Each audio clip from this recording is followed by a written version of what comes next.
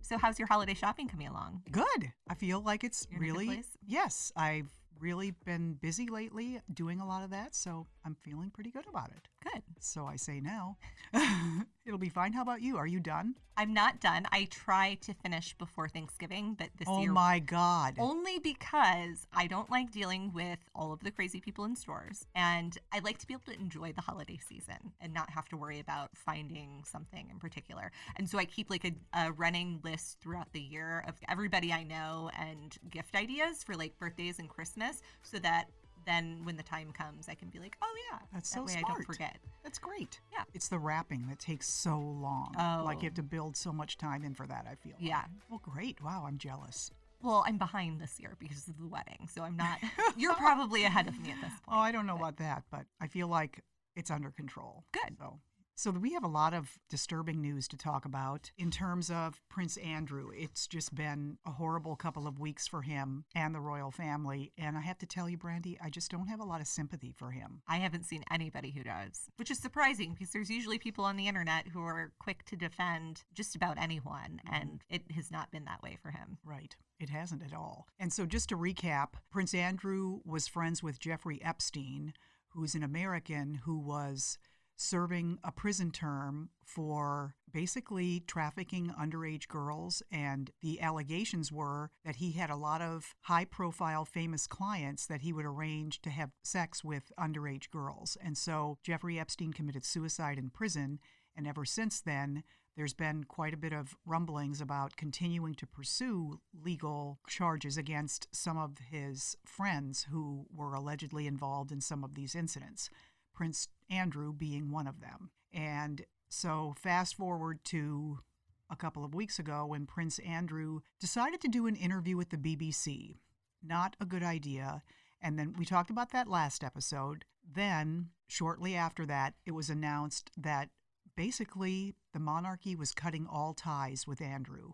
Is that how you would describe it? Yeah, I think that's a pretty accurate description. He had to step down from all of his public duties as a royal. He no longer gets his salary, I guess you would call it, from, is it the sovereign grant? From the duchy. Or is it? I thought it was from the sovereign grant, but he'll still get a private income from his mom. Okay. And that is private money that Got it. she'll be giving him. But that means he's basically jobless. What's he going to do with his time now? And I think for a couple of days, he thought he would continue his Pitch It Palace initiative, which is that initiative that supports and accelerates the work of entrepreneurs. And I think he thought because that was kind of his own little thing that he could continue it in his private life, but that hasn't worked out either. I have got to think that organizations really don't want to be tied to him. This is such a fall from grace. We sort of saw it coming, and to be honest with you, at this point, it's probably deserved. I mean, basically what's happened is the Daily Mail shared photos of Andrew at parties with women back in the 2000s, and even though he says he doesn't do public displays of affection, there's actually photos of him with his arms around young girls. And there's one woman, I wish I knew how to better pronounce her last name, Virginia Guffrey, claims that she was 17 and had sexual relations with him 3 times. In the BBC interview, Andrew went on to sort of refute or shoot down each of these allegations that have been made against him, even going so far as to say, I don't do public displays of affection. But the interview was so bad in terms of the fact that he didn't voice any sympathy at all for the victims in this. And he also seemed to defend this friendship he had with Epstein. And so what happened right after that as well is his private secretary quit or got fired, depending on which news reports you believe. Amanda Thirsk is her name. She's a mother of 3. She's been with him a long time, Brandy, since 2004. She was on his staff as office controller, but she's been his personal secretary since 2012. And I feel like you do. What does he have left? Right. Pretty much nothing. Yeah, His staff is gone. Yeah. Well, and because he's no longer working royal, he has no need for a private secretary. So I guess technically, yeah, she was probably let go, but now she's going to head up what was known as Pitch It Palace because sponsors started dropping out. Andrew's no longer affiliated with it, and they're going to rebrand and just call it Pitch. because now that it's no longer affiliated with the palace, you can't have that association. So Amanda Thirsk is supposed to become the head of that organization. And I think they're looking at figuring out how they can kind of repair all of the damage that's been done to the reputation of that organization, because it's helped hundreds of entrepreneurs get on their feet and get their businesses going. You know, we've had a couple of listeners of the podcast reach out on Instagram asking what we think of this whole thing with Prince Andrew. And the one word that always comes to mind for me is terrible. I just think the whole thing is just terrible. The way it's been handled, these allegations and the poor victims, everything, just terrible. And I feel like a lot of the things Andrew said during his interview weren't completely thought out. Like the comment about he doesn't do public displays of affection when there are photos of him publicly displaying affection to women. Which he knows are out there. And I think he really took the approach of, I'm a prince. I'm going to say whatever I want and people will believe me because of who I am. And it's just like at the end of the interview, the interviewer asked him, do you regret your friendship with Jeffrey Epstein? And he said no, because of the connections he made. And he just seemed very cocky about it, you know, like he can say and do whatever he wants because of his status. I'll just deny it all. Right. And people will have to believe me. Right. And that's totally backfired on him. Mm-hmm.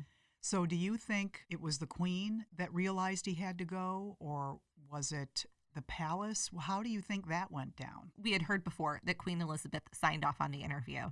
And I read something in the last few days that said she wasn't really aware of what he was going to do. He kind of framed it up to her as, I'm going to do this interview and smooth things over. And she didn't ask questions. And so I can totally see how that could happen, where she says, oh yeah, you're my son. I believe in you. Do what you think is right. And then was surprised at how it all turned out. But I think Charles probably played a big part in all of this. We've talked before about how he has started performing more duties that Queen Elizabeth used to do just because she's getting older, and he's been, Prince of Wales for 60 years or however long it's been. And so I think he played quite a big role in this, in making sure that Andrew steps away from his public duties. And this sort of fits in with Prince Charles and his plan to what he's called streamline the monarchy. Mm-hmm. You can almost already see it happening with Andrew and Harry.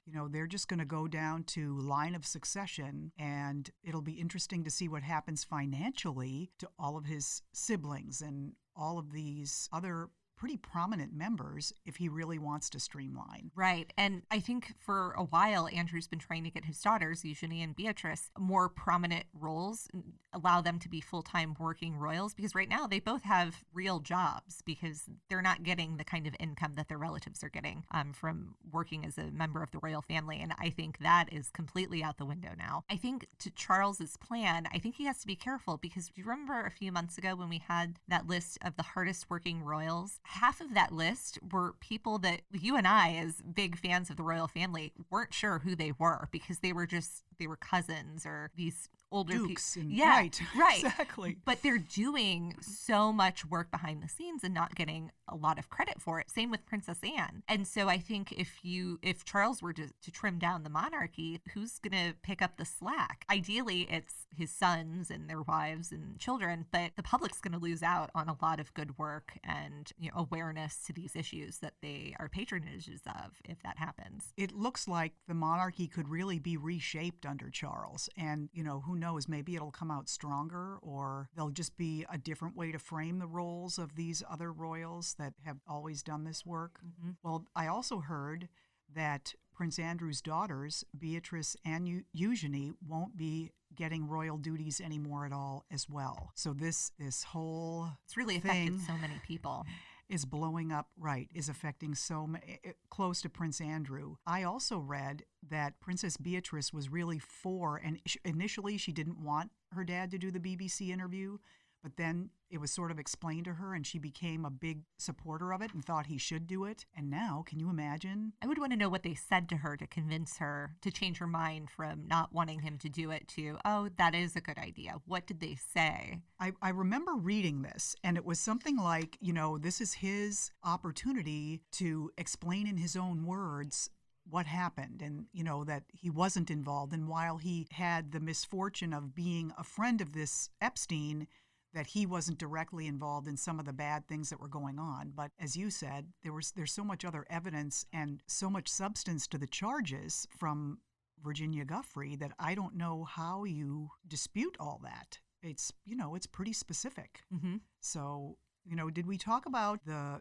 one thing Andrew said he couldn't have had a tryst with Virginia because he was at the pizza place? Mm-hmm. And so some of the tabloids went to find the pizza place. Mind you, this was a while back. His alibi was he was having a birthday party for one of his daughters at this pizza place. They're like, none of the royals would have had a party at this pizza place. So, and wouldn't that be pretty memorable if it was? A lot of people would have remembered yes, that. I agree. And we were just talking about Beatrice a minute ago. She's newly engaged. I don't know what her plans were for her wedding, but I feel really terrible for her because, her sister had this really grand wedding just a year ago. It was televised. It was gorgeous. I would bet that there's no way she's going to be able to have the same kind of wedding that her sister had, if that's what she wants. I never thought of that. And maybe she wants something small and quiet, but I just can't imagine there being a big to-do for her wedding like there was for Eugenie. Not at this point. Mm-hmm. I totally agree. And the Queen's not going to bend over to give her access to all of this royal property to have the actual ceremony or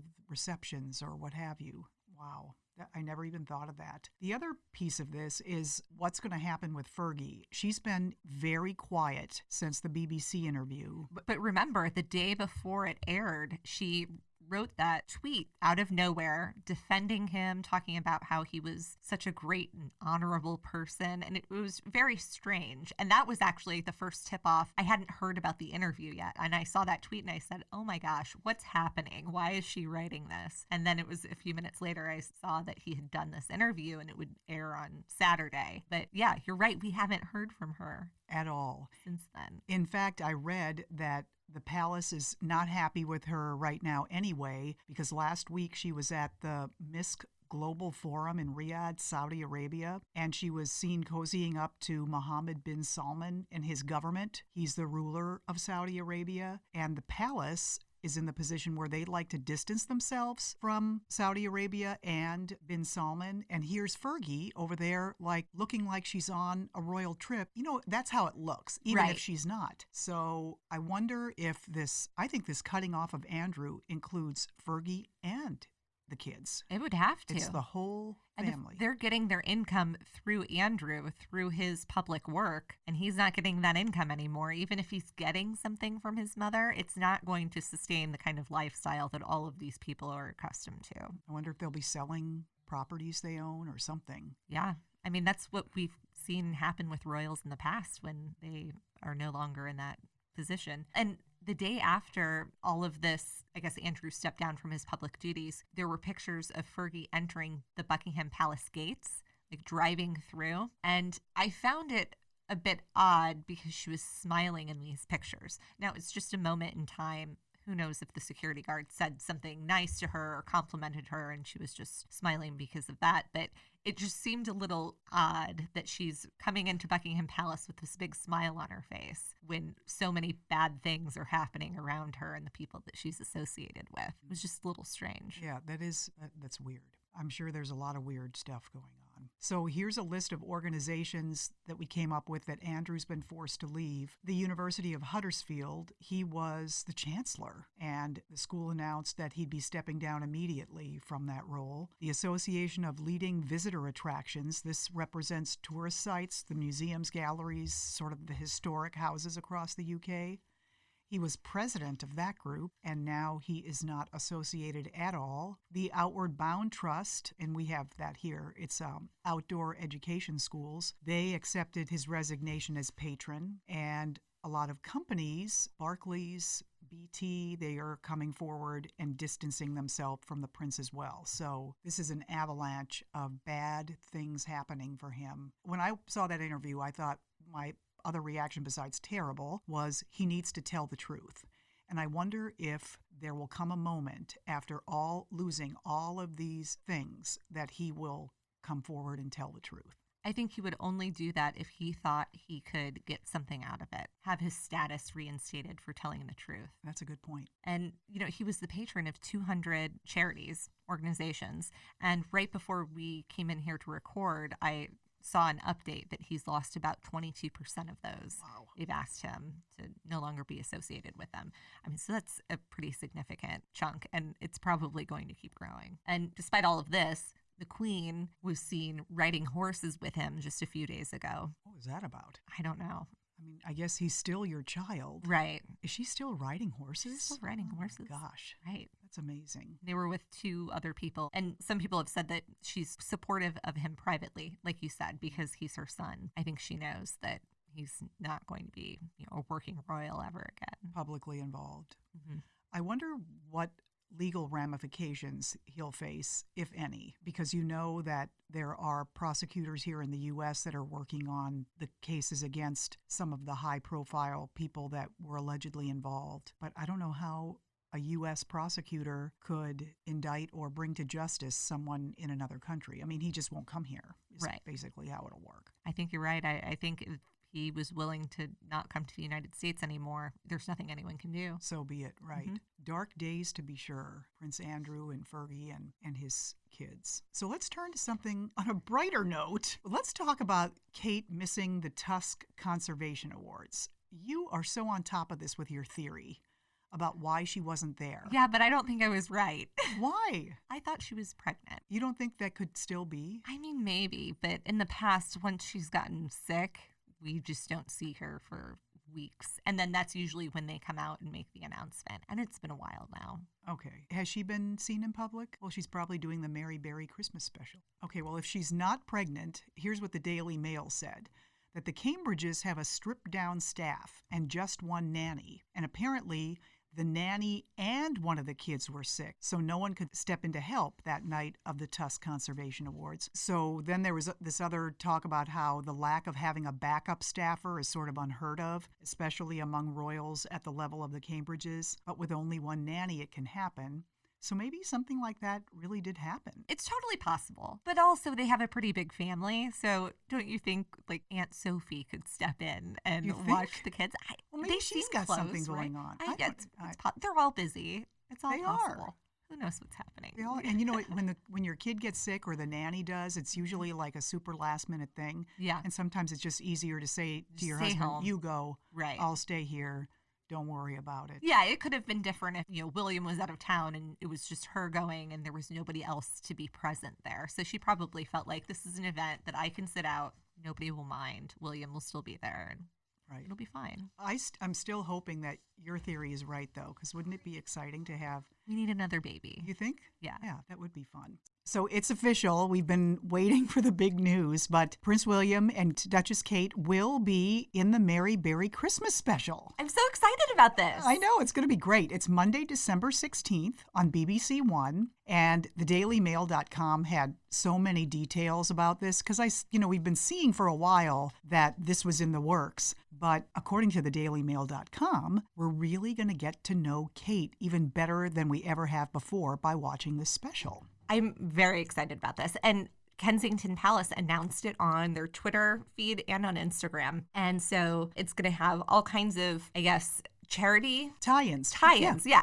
And we'll see Prince William at the end. He'll join Kate and they'll host a Christmas party for all of these people who give back during the Christmas holidays. I think it'll be really nice. I do too. We'll get to see them in a whole new way. Yeah, I think it sounds like it's a little bit spontaneous, which is kind of nice to see them without some prepared notes or what have you. And I'm interested about Mary Berry as well because she's a big star over there. She's the former Great British Bake Off presenter, and she's 84. I mean, she looks fantastic. But apparently Kate and Mary have several heartwarming conversations, as they are described, that really sort of get us in touch with more of who she really is. So I'm looking forward to that. I think Kate and Mary formed a friendship through their work with the Royal Horticultural Society. And in some of the images, the still images from the special that have been shared online, it looks like they've been working on this special for quite a few months because one of the pictures shows Kate wearing that green floral dress that she wore when she had that garden exhibit. And so it looks like maybe they were meeting with people during that time. And I wonder if the people who met with them, like the charity workers, if they knew they were working on a special or if they just thought the cameras were there because it's Because Kate and Mary Berry, you know? Of course. Because I can't imagine all of those people keeping their mouths shut. Like, if I was part of something like that, I'd be telling you. Right, you'd be telling everybody. Yeah, you wonder if they were told. Yeah, if they were told to stay quiet about it. Yeah. But yeah, that's what Daily Mail said. It was filmed over the course of several months, and that it includes some footage of a secret visit by Kate and Mary to the Brink in Liverpool, which is UK's first dry bar. So it sounds like they're trying to hit like all these, sort of happening spots or, emerging charities or organizations. And I can't wait to see it. I really hope we can watch it here in the United States. I did a lot of digging to see if I could find anybody who's planning to air it. So far, nothing. It's going to be available, I think they said, on BBC iPlayer. I looked into that. I don't think we can get it here in the United States. Oh, but I was wondering if it'll be available on BritBox, which I don't have a subscription to, but I might be willing to get a subscription like for a few months just to watch this, and then maybe like some other things too. Yeah, and I'm sure we'll see the clips, right? Oh yeah, I'm sure there'll be clips online. Yeah. But I would really like to watch the whole thing from beginning to end and just kind of get into the Christmas spirit by watching it. Yeah, that would be so great, I know, to be able to see it here. So apparently another thing that happens is Prince William really praises the work of the Queen in this documentary by, talking about, when she was younger, the Queen was really in a man's world, but sort of had to find her own way, and just all the amazing years of public service she has. So it'll be exciting. Good. So the next big gala that we'll be looking for Kate to attend is Her Majesty's lavish diplomatic reception. That's going to happen December 11th, Brandy, at Buckingham Palace. And there's already speculation about which tiara Kate will wear. Apparently, this is a formal event. They'll all be wearing formal gowns to the evening reception. But did you see I printed out a picture of the tiara she wore last year? And then I decided we needed to know more about this, so I contacted Lauren Keena for background, and she says it's the Queen Mary's Lover's Knot tiara. And you might remember our friend Lauren, for our podcast listeners, is an amazing expert on royal jewelry. Yeah, she has the blog, The Court Jeweler, so we love asking her questions about all of the pretty jewels that they wear on a regular basis. And she happens to live here in St. Louis, which makes it which is even better. I know, so exciting. So she said, yeah, so Queen Mary's Lover's Knot tiara, and it's been worn by all kinds of famous ladies, but it was commissioned in 1913 by Queen Mary, who needed a new tiara, because who doesn't? And so this one has so much history with it, even though it's one of the newer ones. It's just a beautiful piece. Yeah, and what I thought was really cool about this is that she loved the tiara that was worn by her aunt. So she had a replica produced. And so the original tiara was called the Cambridge Lover's Knot. And so this replica, the name is slightly different. It's the Queen Mary's Lover's Knot tiara. And it was originally topped with pearls. I thought it looked kind of like a fence. And at some point they decided it was a little too much. So they had the top pearls removed. Those pearls were taken from the Girls of Great Britain and Ireland tiara. And then Queen Elizabeth inherited it from Queen Mary when she died, and then loaned it to Princess Diana.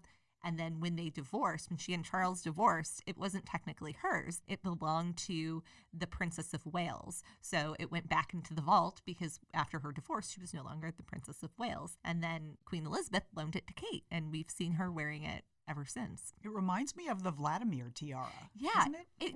It has like the pearl drops. Yeah, I can see the resemblance there. It's very similar. Because we've seen this one so often, I'm really hoping that Kate wears something different. I just like seeing the different tiaras. She wouldn't wear the same one 2 years in a row, would she?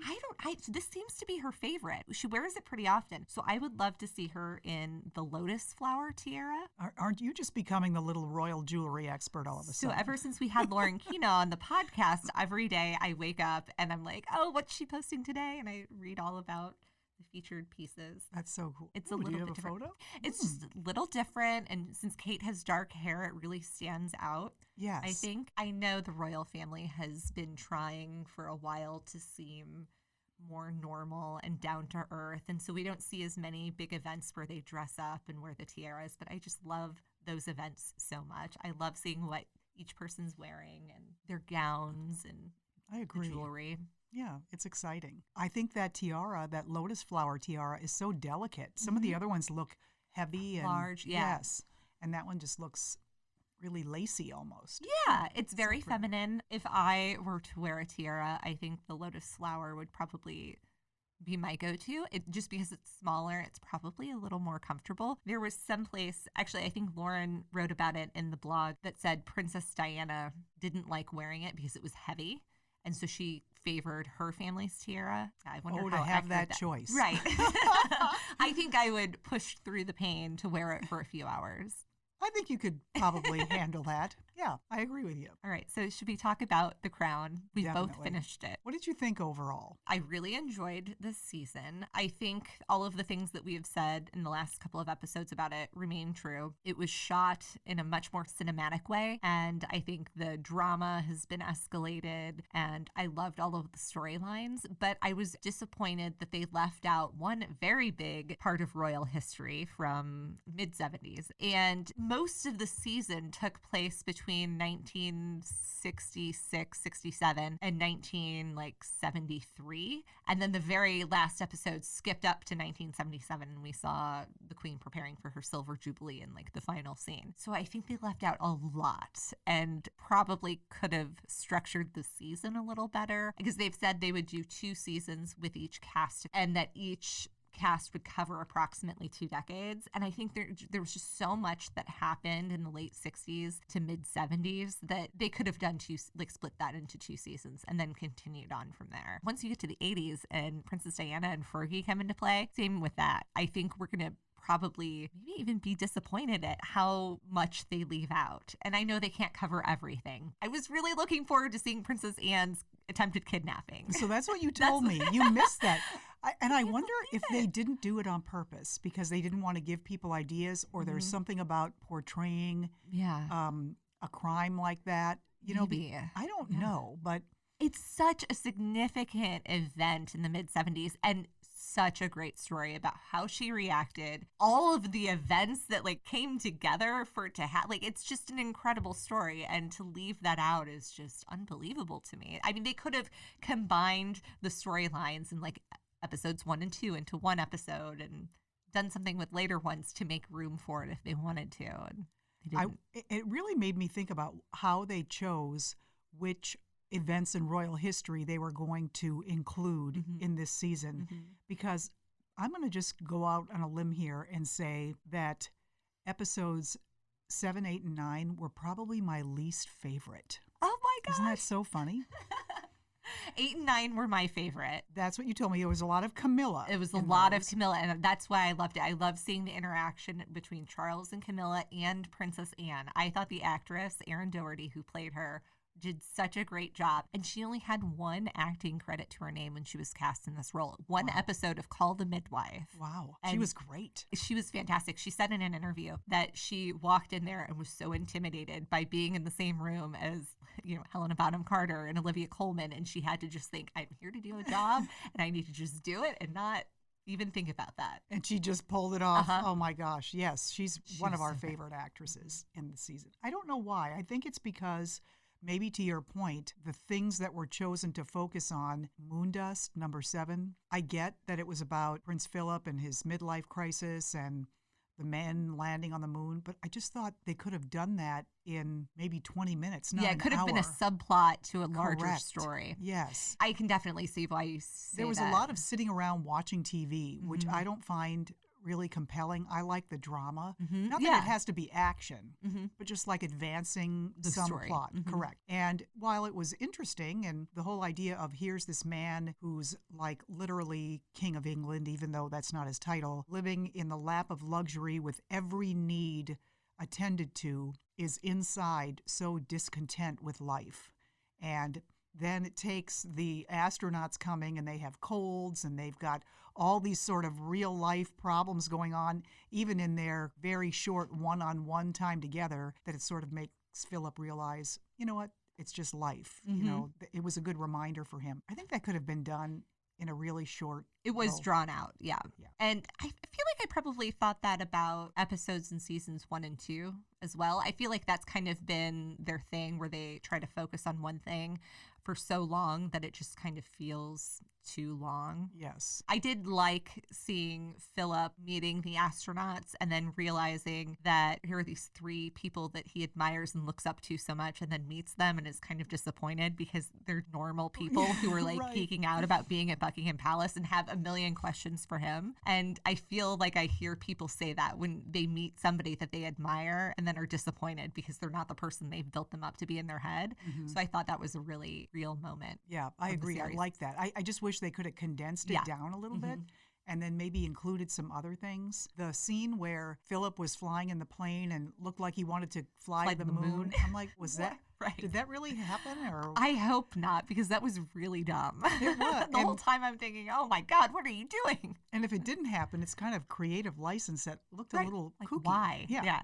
It didn't serve a purpose. No, I agree. So Dangling Man, number 8, which covered like 1970 to 72, felt like there was too much going on. So it was the death of the Duke of Windsor, Yes. the new prime minister, the Queen's secretary retires. It was like all these little things happening, but The they didn't focus on one thing enough. Right. Is that how, so I'm complaining about the opposite thing now. You know what I mean? I think they intended for the central theme of that episode to be about Prince Charles and his current role as the heir apparent, but just kind of sitting there waiting basically for his mom to die, because that's when his life is really going to begin. But you're right, they had so many other things going on in that episode. The whole thing with the Duke of Windsor I found to be really fascinating. Me too. I wish they had done more with that. I wish they had done more with that as well. And the Camilla relationship was only maybe half of that episode. It was kind of sprinkled throughout. And then we saw more of that in the next episode. But even in the overall season, it was such a small piece of it that I think that's what a lot of people were looking forward to. Like, I want to see the interaction between Charles and Camilla and how did their relationship evolve. And it was like this super condensed thing that was broken down into just a few scenes. And so you didn't really get a full feel for everything that happened. Totally agree. I think that also what makes this whole portrayal of Charles at the time waiting to become king even harder to kind of grasp is that we know that he's still not waiting. king. Yeah. So I'm like, okay, well, guess what? Newsflash, you're going to be waiting a long time. And maybe I get that they had to do that. But again, I just think that whole episode should have been, I can see touching on it, but Yeah. to sort of center it around that, just, it's like, Unless, I mean, was that really how he felt at that time? Like, was that his life, back then, just kind of sitting around not feeling like he has a purpose other than to wait? you know what? I think he's Maybe. felt like that for decades. Well, yeah. And yeah. I think it's only recently that he's like resigned himself to whatever, Right. whatever happens. But I do think you're right. But I guess it's because we're sitting here in 2019 and looking back at them portraying him in 1970 and realizing you got a long road, pal. I loved seeing I think it was in that episode where he invited Camilla over for dinner and they're having this really like heartfelt conversation, and a staff member comes over with a gift for her and she's opening it, and then it turned out to be a joke where the Right. confetti like blew up in her face. I thought that was so funny, and I can totally see them having that kind of relationship in real life. I agree. I thought that was sweet. Maybe this is a good portrayal of it. I didn't really feel a connection between the two of them. Oh.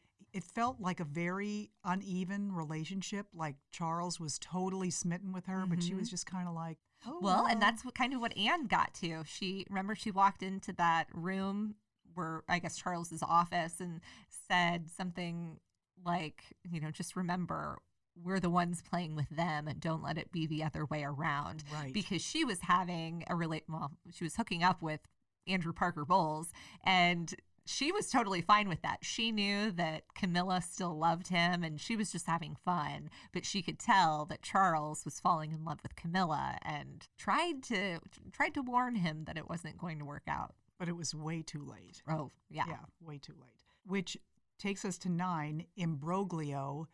And that was really about Charles and Camilla and the orchestrations behind the scene to make sure they didn't end up together, which we all know did actually, in fact, happen. And then Charles gets sent off to the Caribbean on a Navy assignment, and the rest is history. Did you think they carried it off well in that episode, that whole scenario? Yeah.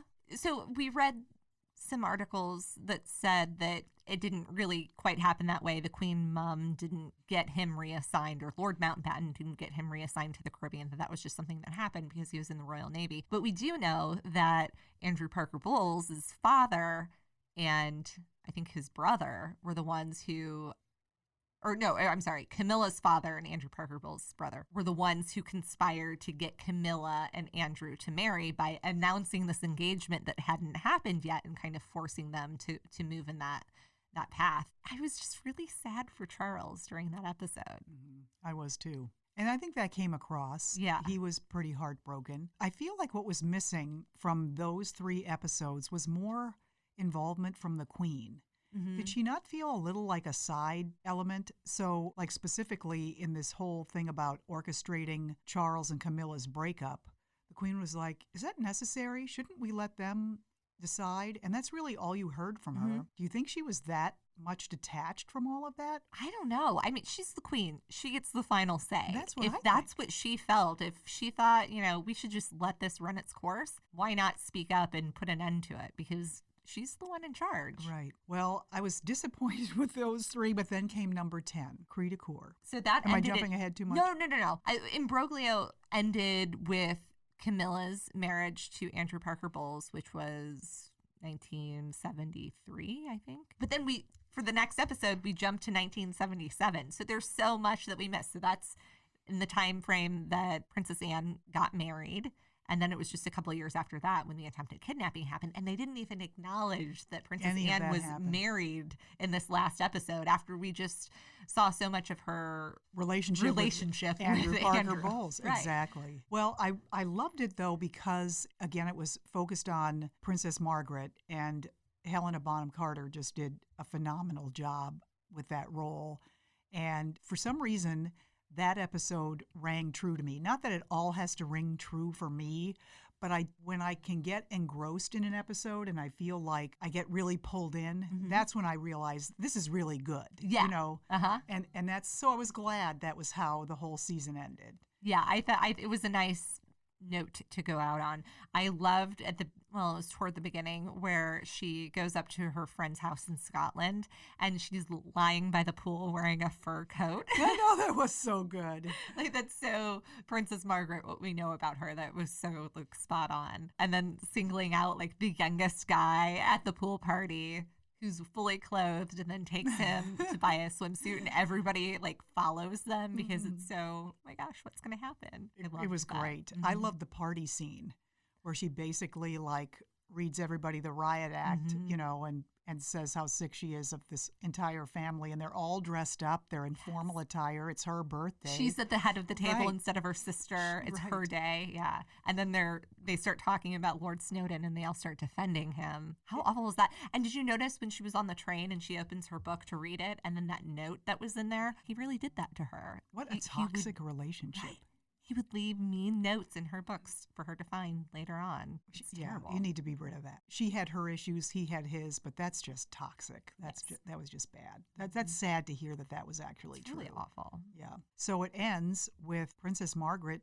Do you think she tried to commit suicide? I don't know. That was one thing I didn't Google. I had never heard that before. I love that it ended with some emotion from Queen Elizabeth, though. Oh, yeah. And the fact that, Princess Margaret basically says, I suck at everything. And Queen Elizabeth says, no, you're a great sister. And she gets all teary. And I'm like, wow, that was a great moment. It was one of the first times we see her show emotion in the entire thing. And Elizabeth tells Margaret that she's the most important person in her life, which I thought was just really nice to hear. But also, what about the rest of your relationships? Why can't you show that kind of emotion with your children and your husband? And why does it take your sister almost dying for that to come out? And then we see her riding in the last scene to her Silver Jubilee, and then it just kind of ends. So I wonder if the next season will pick up with the Silver Jubilee.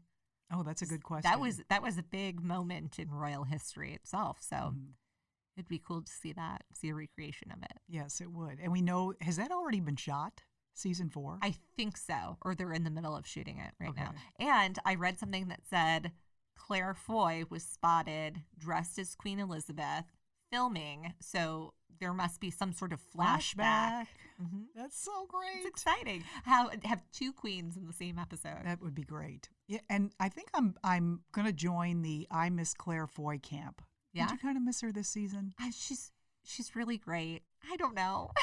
Olivia Colman was wonderful. Yeah. No doubt. But I can't choose one over the other because I feel like there are such different times and like Yes. such different events that I can't imagine Olivia Colman playing the younger queen because she just had a completely different outlook on life. And Yes. then like between seasons 2 and 3 kind of matured and grew into who she is today. Right. So let's look ahead to season 5. And believe it or not, there's already rumor about who will be playing Queen Elizabeth in season 5. So we know that they keep the cast intact for 2 seasons before moving on and recasting. And the rumor is that Imelda Staunton will be taking over as Queen Elizabeth after Olivia Colman. This comes from the Daily Mail. Netflix apparently already looking for the next Queen Elizabeth. I didn't know that much about her, but when I saw her picture, Imelda Staunton, I recognized her because she was in the Downton Abbey movie. Yeah. She was Lady Bagshaw. I love her. She's 63, and she also played Dolores Umbridge in Harry Potter and the Order of the Phoenix. So she's kind of this famous British actress. Season 5 apparently already in planning. That's And exciting. I think she'd be a great queen. Yeah. So when I was thinking back to her at Downton Abbey, I thought, is she the right person? But then I saw this picture that you included in the outline, and I think she's the right person. Yeah. I think she would do a great job. Me too. I'm looking forward to it. Okay, we're already dreaming of season 5. Great. Oh my gosh, that's probably at least 2 years away, Oh. if not 3. Don't say that. It's a Ugh. long time to wait. Hopefully we get, some details start leaking here and there. A trailer or something. Yeah, that would be nice. Or just rumors. More rumors, please. Okay, so we have an update about our favorite residence, Highclere Castle. We haven't talked about it in a while, but there's so many cool tours that you can take at Highclere that I just felt this was the time we need to talk about it because there's holiday themed tours that are sold out, but you can plan for next year because I think it's worth it. So You should have taken your honeymoon to Highclere. Wouldn't that have been that fun? would have been so cool. That would have been great. I don't know, but Brian would have liked that so much, but you would have had a great I time. would have had a wonderful time on our honeymoon. So the first one is called Christmas at Highclere, and they describe this as taking inspiration from themes on their preparation and planning for the holidays. And they talk about how they decorate the castle. They sing carols like as a group. I guess your tour group sings Christmas carols by the Christmas tree, and then you enjoy a Christmas afternoon tea and dine with, it says us, so I assume that's Lord and Lady Carnarvon in the state dining room. Wow. So tickets are sold out for that. Of course they are. I would assume it's a small group if you are doing all of these activities with the owners of the property. Right. But I mean, how cool of an experience would that be to experience Highclere at Christmas time and have dinner in the state dining room? That would be great. That'd be really neat. Mhm. And then they are also having an exclusive screening of Downton Abbey on December 10th, where they'll screen the movie in the library. And again, it's hosted by the Earl and Countess of Carnarvon. Again, tickets are sold out. Another really cool event that would be just like a once in a lifetime kind of thing. It would. It really would. And then they also have special tours for Valentine's Day and Mother's Day weekend, which are also sold out Oh my already. God. Mother's Day is sold out. Crazy. And I was thinking, for this being a private residence, they sure have a lot of events at their home. And I'm sure it brings in a significant income, which helps keep the estate running. But, they're really only open to the public for a few months out of the year. It's in the summertime. But I had no idea how many smaller tours that they host throughout the year. So So I thought that was really cool. It is cool. There's a lot going on. So there's always an opportunity, no matter what time of year you're over there, to look for something if you want to visit Highclere. So they do also have special guided tours during the spring, so January through April. Some of those days are already sold out, but you can have a guided tour of the castle and see the exhibition, which I assume is the Egyptian exhibition. I think it's in the basement. And then you can go see the gardens, and you get a complimentary buffet meal and a gift bag to take home with you, so you can enjoy a little bit of Highclere Castle at home, their website says. Love that. So I think that's also kind of like a private tour that you have to book, because then the castle opens for its public viewing in July, from July until September. Here's the weird thing. They're closed on Fridays and Saturdays. That is weird. Isn't that strange? Yes. So you have to book Sunday through Thursday. But I guess they want their time off too, right? I guess, but my goodness. I Or mean, you would think they would have super private parties then? Maybe. Or they do their entertaining?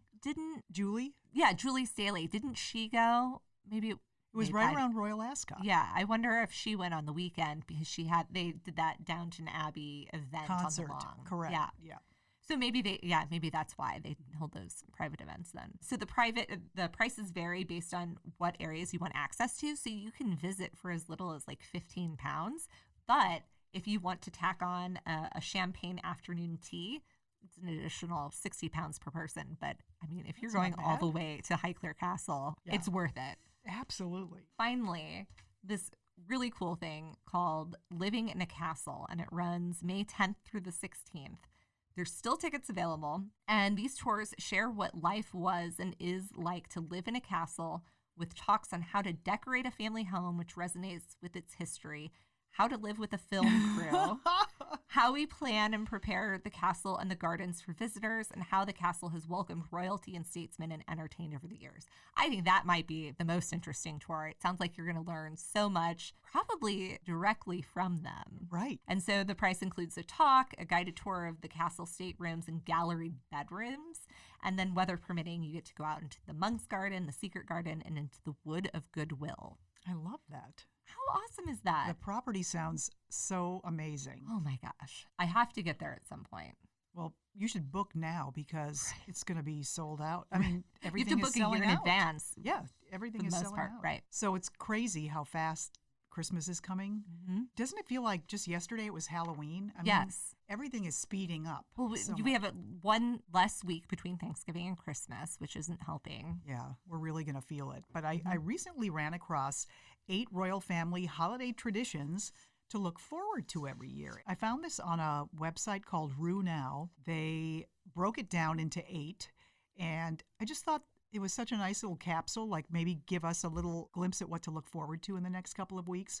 So the Queen personally hand signs her Christmas cards. That'll be happening soon. Did you know that? I did not know that. How many neither. do you think she sends out? A lot. Yeah. Don't you think? She probably has to put a limit on it, right? Either a certain number, or I will only hand sign the ones that go to heads of these state people. or right. How do you decide? Oh my right. gosh. Or maybe she just starts and she just signs a few a day. She always has a little stack she's working on. Oh, that's a good plan. I don't know. A few every day. Yeah, that's that a good could be. idea. She also has 2 different trees at Sandringham. So, that's only 2? That's what this says. Wow. And I was thinking about that as well. That's a big place to decorate. So maybe you kind of have to pick and choose, like, yeah, you can't pick have the a 2 tree. rooms where Right. you're going to spend the most time. And they're probably pretty elaborate trees. Yes, I would think so too. Large and well decorated. Can you imagine the ornaments and all the tradition and the years that they've been collected and the meaning? Oh my gosh, That amazing. would be so cool. There are Christmas parties galore, mainly for the charities they support, so it's a very busy time socially.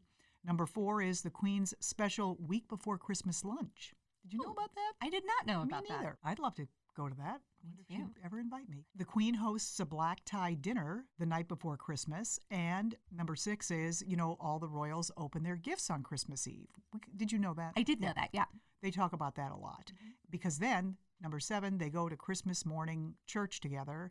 And the Queen actually goes to 2 services. I didn't know that. Yeah, she goes to one that's sort of a private, I'm sure there's other people there, but, just time for her. And then she goes to the one with all the family. And then they round out the day, number 8, with a decadent turkey lunch. Oh, that sounds like a lovely way to Doesn't round it? out Christmas. I know. It really does. I like that they sort of broke it down to 8 things like that. Yeah, that's really neat. Do you have any Christmas traditions that you guys always do? Well, we decorate and things like that. Other than, we have Christmas dinner, and I feel like food is such a centerpiece of how we all celebrate here. And it sounds like that's the same there. We'll do Christmas cards. How about you? Oh, yeah. Brian is very into Christmas traditions. Oh, so good. everything is done the same way every year. We get our Wow. tree from the same place. He has a whole list of Christmas programming that he watches, and he prefers to watch it on television with the commercial breaks. He doesn't want to watch it on a DVD, but he Wow. will if he misses something. Like what Oh, programs? like the Charlie Brown Christmas. Oh, I love those. Rudolph. Mhm. He has a whole list of them. Christmas Vacation. Oh, of He course. says it's just not the same if he doesn't get to watch that's so all of these things. cool. And I guess he started when he was a little kid, so he always does it. Yeah, Nice. yeah. And That's then fun. it's great. So Queen Elizabeth recently celebrated her 72nd wedding anniversary, and she did it with a joke, Brandy. Bazaar published this. It's a cute story. She was putting in an appearance at the Royal Institute of International Affairs. This was on the Wednesday night that was her anniversary, her 72nd wedding anniversary. Prince Philip, of course, wasn't there. And she was presenting an award to the team who produced the Blue Planet 2 series, which is kind of that science, and it's about the environment and the earth and everything. So as she signed the visitor's book, she asked, "What's the date?" And everybody laughed because how could she forget? It was her 72nd wedding anniversary. But I thought that was kind of cute. That is adorable. We Yeah. don't hear her making jokes very often, so I loved hearing that story. No, it's really cute. Last episode, we talked a lot about Charles and Camilla's tour of New Zealand. And so, to kind of wrap all of that up, because it's now over, the one big highlight from the trip was Prince Charles signing the cast of a boy at a farmer's market. That was so cute. I thought that was so funny. And after our discussion last week about all of Prince Charles's injuries, my guess is he just, felt drawn to this boy. You could probably sympathize with him. It was really a cute photo. And that was a long trip for them, 6 yeah. days. And they covered a lot of ground. They went to this sculpture garden and met with this prominent local artist who created this bird sculpture. They, of course, met all kinds of charity and community groups. They have Girl Scouts and something called Lincoln Boys. And it looked like a great trip. They really work hard. They really do. I bet they're exhausted. I'm sure they are. That's all the time we have for today. Be sure to follow us on Twitter at Royal Dish Pod, subscribe to Royal Dish wherever you get your podcasts, and please give us a rating and review. Thanks for listening.